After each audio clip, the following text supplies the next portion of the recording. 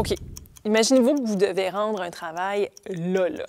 Mais juste à côté de vous, il y a votre collègue qui parle super fort au téléphone.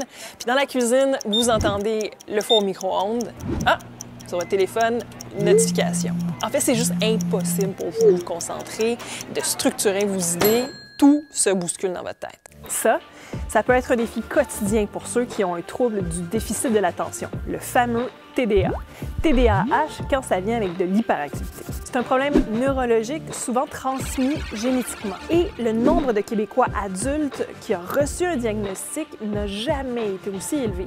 Pourquoi? On vous explique ça maintenant.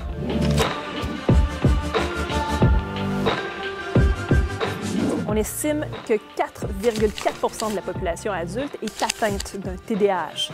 À RAD, par exemple, on a 2 collègues qui ont été diagnostiqués. J'ai été diagnostiqué à 30 ans du trouble du déficit de l'attention, pas d'hyperactivité. On m'a diagnostiqué un TDAH à l'âge de 7 ans. Ça m'affecte dans ma vie tous les jours par rapport au fait que chaque tâche me demande énormément d'organisation en amont. J'ai de la difficulté pour tout ce qui est paperasse de vie, là, les affaires plates, là, genre faire son rapport d'impôt. Les cas répertoriés chez les adultes sont en hausse au Québec.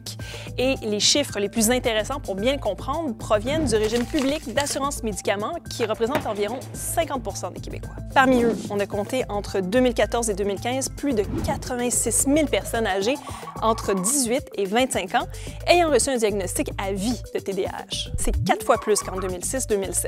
Fait intéressant, les femmes adultes sont plus nombreuses que les hommes à demander un remboursement de médication. C'est une tendance contraire à celle observée chez les 18 ans et moins. J'ai arrêté d'en prendre parce que les effets secondaires étaient plus envahissants que les bénéfices que j'en retirais. Moi, j'ai jamais pris de médication pour mon TDAH. C'est pas parce qu'on perd souvent ses clés ou qu'on passe 4 heures sur son téléphone cellulaire qu'on a un TDAH. Pour l'avoir, il faut que ce comportement entraîne un dysfonctionnement clair dans sa vie personnelle, au travail ou encore à l'école. Et ça, c'est important. Il faut être diagnostiqué par un professionnel de la santé, comme un médecin, un psychiatre, un neuropsychologue, un psychologue, pour que ce soit reconnu. Si on tourne un peu en arrière, le TDAH chez les adultes, eh bien, ça n'existait pas. C'était un trouble exclusivement observé chez les enfants. Mais de fil en aiguille, il y a des voix qui se sont élevées pour dire que les adultes aussi en souffraient. Et parmi elles, il y a celles de psychiatres qui ont œuvré à l'hôpital de Montréal pour enfants. Gabriel Weiss, Lily Heckman et Margaret Weiss ont fait figure de pionnières en suivant pendant des années des enfants TDAH jusqu'à l'âge adulte. Dans les années 80, à l'époque où moi j'ai fait mon cours de médecine, on faisait le focus sur l'hyperactivité, la bougeotte. Alors à l'époque, on disait le TDAH s'en va parce qu'on ne le voit plus.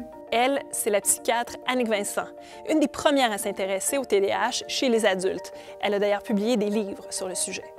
Finalement, on s'est rendu compte qu'il y a des gens qui restent hyperactifs quand ils sont grands, mais il y a aussi des gens qui restent avec des symptômes inattentifs qui ont encore un impact fonctionnel et pour lesquels ça vaut la peine d'aller chercher des stratégies pour arriver à mieux, je dirais, là, apprivoiser son TDAH. On ne s'est jamais douté que j'avais un trouble du déficit de l'attention ou d'hyperactivité parce que ça nuisait absolument pas à mes résultats scolaires. C'est juste que quand ma mère me faisait étudier, je faisais des flips dans le divan, j'avais la tête à l'envers. On est donc passé d'une époque où le diagnostic n'existait pas à aujourd'hui où de plus en plus de spécialistes sont formés pour le reconnaître. Ce qui a changé, c'est les connaissances qu'on a par rapport au TDAH, par rapport au fait qu'il y a vraiment quelque chose de neurobiologique, que le cerveau est fait différemment, qu'il peut y avoir des stratégies pour aider ces gens-là puis avoir un meilleur fonctionnement. Si le TDAH chez les adultes est quand même pas mal discuté ici, c'est pas le cas partout dans le monde. Et l'exemple de la Belgique est particulièrement intéressant parce que l'une des populations du pays est davantage diagnostiquée que l'autre. Vous prenez la Belgique,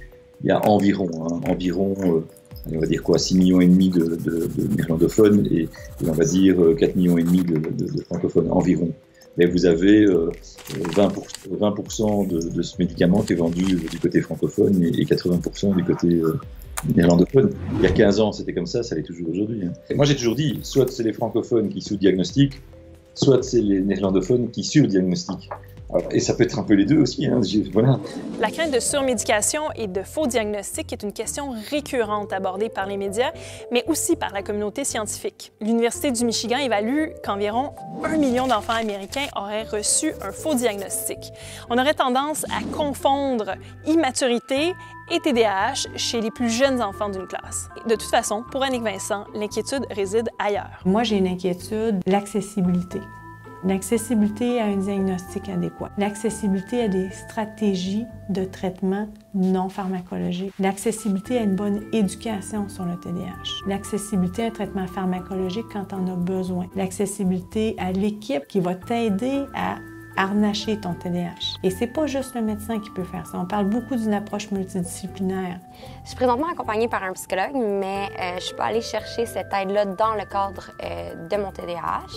Par contre, on s'est vite rendu compte qu'il y avait beaucoup à faire de ce côté-là aussi. C'est quelque chose que j'envisage. Mais une des particularités du TDAH, c'est de toujours remettre tout à plus tard. Donc, ça fait un bout de temps que j'envisage de recevoir de l'aide, mais je remets les démarches pour aller chercher de l'aide à plus tard. Arad, on va d'ailleurs aller voir comment ça se passe sur le marché du travail quand les filets du système scolaire ne sont plus là pour aider la personne qui a un TDAH. Avoir des boss, je pense que ce serait très, très difficile. Très, très difficile. On se met pas un T-shirt, tu sais, je suis TDAH. Aussi, on se demande comment rendre son environnement de travail plus accueillant pour tout le monde, y compris les gens avec un TDAH. Si vous avez aimé le contenu, n'hésitez pas à le partager avec vos amis, votre famille. Et si vous avez des questions, écrivez-les dans la section des commentaires, ça va nous faire un grand plaisir d'y répondre.